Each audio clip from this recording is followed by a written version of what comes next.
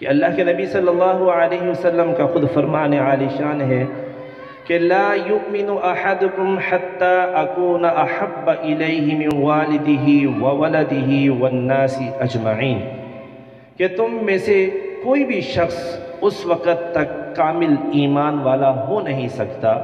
ایمان کا دعویٰ میں بھی کرتا ہوں، آپ بھی کرتے ہیں، میں بھی کہتا ہوں کہ میں ایمان والا ہوں، آپ بھی کہتے ہیں کہ ہم ایمان والے ہیں۔ تو اللہ کے نبی صلی اللہ علیہ وسلم فرماتے ہیں کہ تم میں سے کوئی شخص اس وقت تک کامل ایمان والا ہو نہیں سکتا جب تک کہ وہ مجھ سے محبت والدین سے، اولاد سے، بلکہ وولدہ والناس اجمعین، جتنے لوگ پائے جاتے ہیں سب سے زیادہ میں اس کا محبوب نہ بن جاؤں، اس وقت تک وہ کامل ایمان والا ہو نہیں سکتا۔ میں نے پہلے عرض کیا کہ ہم سب کا یہاں پر جمع ہونا یہ محبت کی بنا پر ہے۔ بات مختصر کر کے بات ختم کرتا ہوں۔ یہ محبت کا لفظ یہ بے معنی نہیں ہے، بہت بڑا معنی رکھتا ہے۔ علماء فرماتے ہیں کہ دیکھیے، جب اللہ رب العزت نے رسول اللہ صلی اللہ علیہ وسلم کو یہ حکم دیا کہ وَأَنذِرْ عَشِيرَتَكَ الْأَقْرَبِينَ، کہ آپ اپنے اقربا رشتہ داروں کو اکٹھا کیجئے اور ان کے سامنے میری وحدانیت کو بیان کیجئے، اپنی رسالت کو ان کے سامنے رکھیے، تو آپ علیہ السلام نے تمام رشتہ داروں کو اکٹھا کرنے کے بعد ایک پیغام دیا، قولوا لا الہ الا اللہ تفلحوا، تم لا الہ الا اللہ کہہ دو۔ یہ محبت کا لفظ آپ نے یاد رکھنا ہے، جو میں نے کہا نا کہ محبت ہے، اس محبت کے لفظ کو آپ نے یاد رکھنا ہے۔ آپ علیہ السلام نے تمام اپنے اقربا رشتہ داروں کو اکٹھا کرنے کے بعد ایک لفظ ان کے سامنے، ایک جملہ ان کے سامنے رکھا کہ تم لا الہ الا اللہ کہہ دو، کامیاب ہو جاؤ گے۔ اب یہ کیا لا الہ الا اللہ کہنا اتنا مشکل تھا کہ انہوں نے نہیں کہا؟ لا الہ الا اللہ کہنے میں کون سا مشکل ہے؟ میں بھی کہہ رہا ہوں لا الہ الا اللہ، آپ بھی کہہ رہے لا الہ الا اللہ، لیکن انہوں نے لا الہ الا اللہ کہنے سے انکار کیوں کیا؟ لا الہ الا اللہ کہہ دیتے، دونوں جہانوں کی کامیابی ان کو مل جاتی، لیکن انہوں نے لا الہ الا اللہ نہیں کہا۔ کیوں نہیں کہا؟ اس لیے کہ ان کو معلوم تھا کہ اگر ہم نے لا الہ الا اللہ کہہ دیا تو ہمیں بہت کچھ چھوڑنا پڑے گا اور بہت کچھ کو اختیار کرنا پڑے گا۔ نہیں ہے کہ لا الہ الا اللہ کہہ دیے بات ختم ہو گئی۔ تو وہ جو لفظ محبت ہے نا، ہم نے کہہ دیے بات ختم ہو گئی، بات ختم نہیں ہوتی۔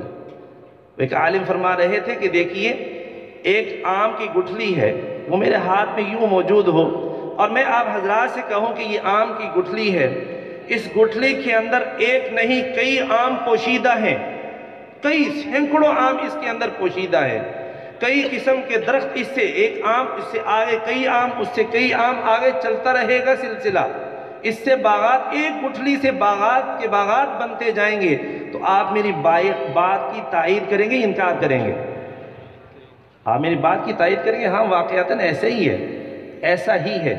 اب کوئی شخص اٹھے کہ بھئی یہ گٹھلی تو بہت قیمتی ہے نا، کہ اس سے ایک درخت نہیں کئی درخت لگیں گے اور درختوں کے اوپر جو ہے وہ آم ہی آم ہوں گے، کہاں سے کہاں تک معاملہ پہنچ جائے گا۔ اس نے وہ آم کی گٹھلی اٹھائی اور الماری میں سجا کے رکھ دی، روزانہ اس کو خوشبو بھی لگاتا ہے، ریشم کے کپڑے میں لپیٹ کے رکھتا ہے، کیا ہے کہ بہت قیمتی ہے، بتائیے کو فائدہ ہوگا اس کو فائدہ نہیں ہوگا۔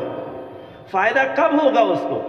جب وہ اس گٹھلی کو زمین کے اندر دبائے گا، دبانے کے بعد اس کو پانی لگائے گا، پانی لگانے کے بعد جب کومپل اٹھے گی اس کی حفاظت کرے گا، جب وہ درخت کی شکل کو اختیار کر جائے گا پھر اس کی نگہبانی کرے گا، اس کو مسلسل پانی لگائے گا، مسلسل اس کی حفاظت کرے گا، تب جا کے وہ پھل دے گا۔ تو اسی طرح میرے بھائی، جو ہم نے محبت کہہ دیا، یہ محبت بڑے تقاضے رکھتی ہے۔ ہم اپنی محافل کے اندر، ہم اپنے ان اجتماعات کے اندر رسول اللہ صلی اللہ علیہ وسلم کی صورت کو تو بہت بیان کرتے ہیں اور کرنے بھی چاہیے، یہ نہیں کہ نہیں کرنی چاہیے۔ کیوں؟ دیکھیے، میں اکثر ہی بات کہتا ہوں کہ ایک آپ ہیں، ایک میں ہوں، میں اٹھ کے کھڑا ہو کے آپ علیہ السلام کی صورت کو بیان کروں کہ آپ اتنے حسین تھے، آپ کے بال گھنگریالے تھے، اتنے خوبصورت تھے، آپ کا قد مبارک ایسا تھا، آپ کا چلنا ایسا تھا، میرے اس بیان کرنے میں کمی بیشی ہو سکتی ہے، کیوں کہ میں نے تو حضور کو دیکھا نہیں ہے نا، کمی بیشی اس میں ہو سکتی ہے، لیکن قربان جائیے حسان بن ثابت رضی اللہ تعالی عنہ، رسول اللہ صلی اللہ علیہ وسلم موجود ہیں، اپنے منبر پہ حسان بن ثابت کو بٹھایا، وہ کیا فرماتے ہیں وَأَحْسَنَ مِنْكَ لَمْ تَرَ قَطُّ عَيْنِي، کہ اے نبی صلی اللہ علیہ وسلم آپ سے زیادہ حسین آج تک میری آنکھ نے دیکھا ہی نہیں ہے۔ تو حضور نے تائید کی، تو کیا معلوم ہو کہ واقعتاً حسین نہیں تھا، ہوتا تو حضور فرما دے نہیں بھائی تم غلب سے کام لے رہے ہو، مجھ سے زیادہ کوئی حسین ہے۔ تو حضور نے تائید فرمائی کہ اس بات کی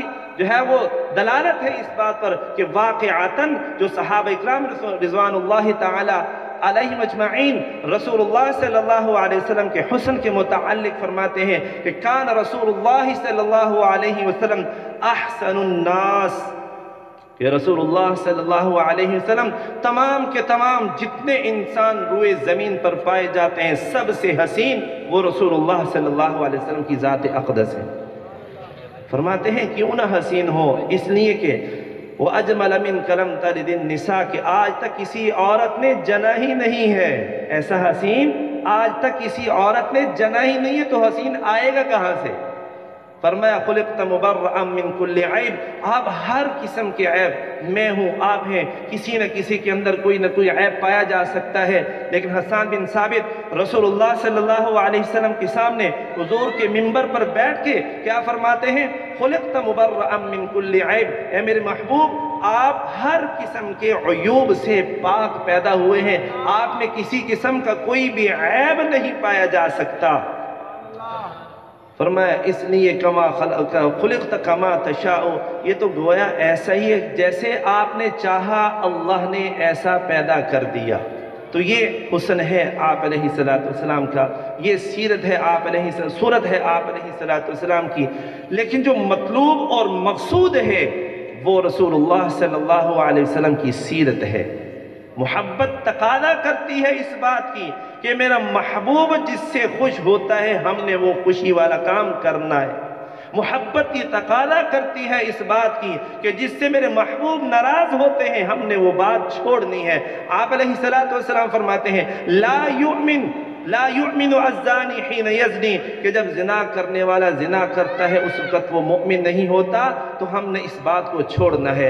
اب صرف یہی زنا نہیں ہے کہ عورت اور مرد مل کر جو بے حیائی والا کام کریں، آپ علیہ السلام نے فرمایا یہ آنکھ یہ بھی زنا کرتی ہے، یہ ہاتھ یہ بھی زنا کرتے ہیں، یہ کان یہ بھی زنا کرتے ہیں۔ ہم نے اپنی آنکھوں کو اللہ کے حکم کے مطابق، رسول اللہ صلی اللہ علیہ وسلم کے حکم کے مطابق ان آنکھوں کو استعمال کرنا ہے، ہم نے ان کانوں کو آپ علیہ السلام کے حکم کے مطابق استعمال کرنا ہے۔ یہ کیا ہے؟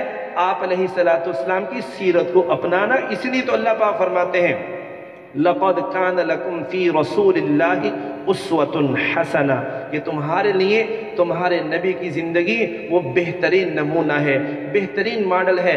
آپ بتائیے آپ کوئی چیز بنانا چاہتے ہیں، ہمارے بھائی کارخانہ ہے، یہاں سے اگر کوئی چیز بنوانا چاہتے ہیں تو پہلے سیمپل لے کر آتے ہیں کہ بھی ہم نے یہ چیز بنوانی ہے، اگر اسی طرح کی چیز بنا دیں گے تو لینے والا لے لے گا، جس نے آرڈر دیا تھا وہ لے لے گا، اور جس طرح کا سیمپل دیا اس طرح کا بنایا نہیں تو وہ لیں گے نہیں۔ بھئی جس طرح ہم نے کہا تھا ویسے تو آپ نے بنایا ہی نہیں۔ تو ہماری 24 گھنٹے کی زندگی وہ اللہ کے حکم اور نبی علیہ السلام کے طریقے کے مطابق ہوگی تو اللہ کے ہاں قبول ہوگی، وگرنہ نہیں۔ اس لیے کہ اللہ نے ہمیں اصول بتلا دیا، طریقہ بتا دیا کہ جب تک تمہاری زندگی میرے محبوب کی زندگی کے مطابق نہیں ہوگی اس وقت تک تمہاری زندگی ہمارے ہاں کوئی درجہ نہیں رکھتی۔ اور ان میں سب سے بہترین چیز، وہ بہترین عمل جس سے آپ علیہ السلام خوش ہوتے ہیں وہ ہے جعلت قرۃ عینی فی الصلاۃ، جعلت قرۃ عینی فی الصلاۃ۔ نبی علیہ السلام فرماتے ہیں میری آنکھوں کی ٹھنڈک وہ نماز ہے، نماز پڑھو گے تو مجھے سکون ملے گا۔ اب دیکھیے اللہ کے نبی کو اللہ پاک قرآن میں کیا فرماتے ہیں عزیز علیہ ما عنتم، کہ جب ایمان والے کو کوئی کانٹا بھی لگتا ہے تو حضور کو اس کی تکلیف ہوتی ہے۔ حضور ہماری اتنی تکلیف برداشت نہ کرے اور ہم صبح و شام آپ علیہ السلام کو تکالیف دیں۔ یہ تکلیف دینا نہیں ہے۔ حضور فرماتے کہ مجھے راحت پہنچانی ہے، میرے سینے کو ٹھنڈ پہنچانی ہے تو نماز پڑھو۔ اس لیے کہ اللہ پاک خود قرآن میں فرماتے ہیں وَأَقِيمُوا الصَّلَاةَ وَآتُوا الزَّكَاةَ وَأَطِيعُوا الرَّسُولَ لَعَلَّكُمْ تُرْحَمُونَ۔ ہم میں سے ہر ایک، میں بھی آپ بھی، اللہ رب العزت کے رحمت کے امیدوار ہیں۔ اللہ کی رحمت ہوگی تو ہم جنت میں جائیں گے، اللہ کی رحمت نہیں ہوگی تو معاملہ خراب ہو جائے گا۔ اللہ پاک نے اس رحمت کو لینے کا، اس کو حاصل کرنے کا ذریعہ بھی بتا دیا کہ میری رحمت کو تم کیسے لے سکتے ہو۔ فرمایا وَأَقِيمُوا الصَّلَاةَ وَآتُوا الزَّكَاةَ وَأَطِيعُوا الرَّسُولَ لَعَلَّكُمْ تُرْحَمُونَ۔ تم نماز بھی پڑھو، زکوٰۃ بھی دو۔ اب یہ زکوٰۃ کیسے دینی ہے، یہ نماز کیسے پڑھنی ہے؟ فرمایا بہترین طریقہ کیا ہے؟ وَأَطِيعُوا الرَّسُولَ، وہ میرے نبی کا طریقہ ہے۔ زکوٰۃ میرے نبی کے دیے ہوئے طریقے کے مطابق دے دو۔ نماز جس طرح میرے نبی نے نماز پڑھی ہے ایسی نماز پڑھو۔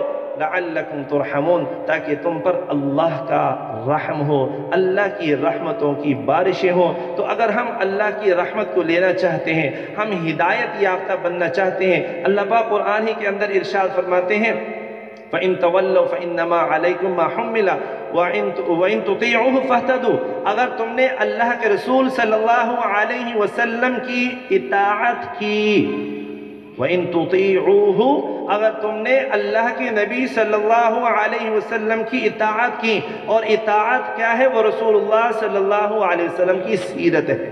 ہر معاملے میں صبح و شام، صبح سے لے کے شام تک حضور کی جیسی زندگی تھی ویسی ہماری زندگی ہو، یہ ہے حضور کی اطاعت۔ فرمایا اگر تم نے حضور کی اطاعت کر لی تو یاد رکھنا تم ہدایت یافتہ بن گئے ہو۔ تمہیں کوئی ہدایت یافتہ کہے یا نہ کہے، تمہارا مقام اللہ کے ہاں قم المہتدون والا ہے، تم ہدایت پا چکے ہو۔ لیکن شرط کیا ہے؟ کہ اللہ کے نبی کی زندگی تمہاری زندگی میں آ جائے۔ تو یہ چند ایک گزارشات آپ کے سامنے عرض کرنا مقصود تھیں کہ ہم نے یہ مجالس، ہم نے یہ محافل رسول اللہ صلی اللہ علیہ وسلم کی محبت میں منعقد کی ہیں، تو ہم نے دیکھنا ہے کہ یہ محبت کس کس چیز کا تقاضا کرتی ہے۔ اگر ہم نے ان چیزوں کو پورا کر لیا تو ہم اپنے اس محبت کے دعوے میں سچے ہیں، اور اگر ہم نے یہ محبت جن جن اعمال کا تقاضا کرتی ہے، یہ محبت جن جن اشیاء کا تقاضا کرتی ہے، اگر ہم نے انہیں پورا نہ کیا تو ہم اپنی محبت کے دعوے میں جھوٹے ہیں، سچے نہیں ہیں۔ اللہ پاک ہم سب کو سچا امتی بننے کی توفیق نصیب فرمائے۔ اللہ پاک ہم سب کو حقیقی اتباع رسول صلی اللہ علیہ وسلم نصیب فرمائے۔ تمام احباب درود پاک پڑھ کے دعا فرمائے اللہ پاک جن احباب نے اس مجلس کا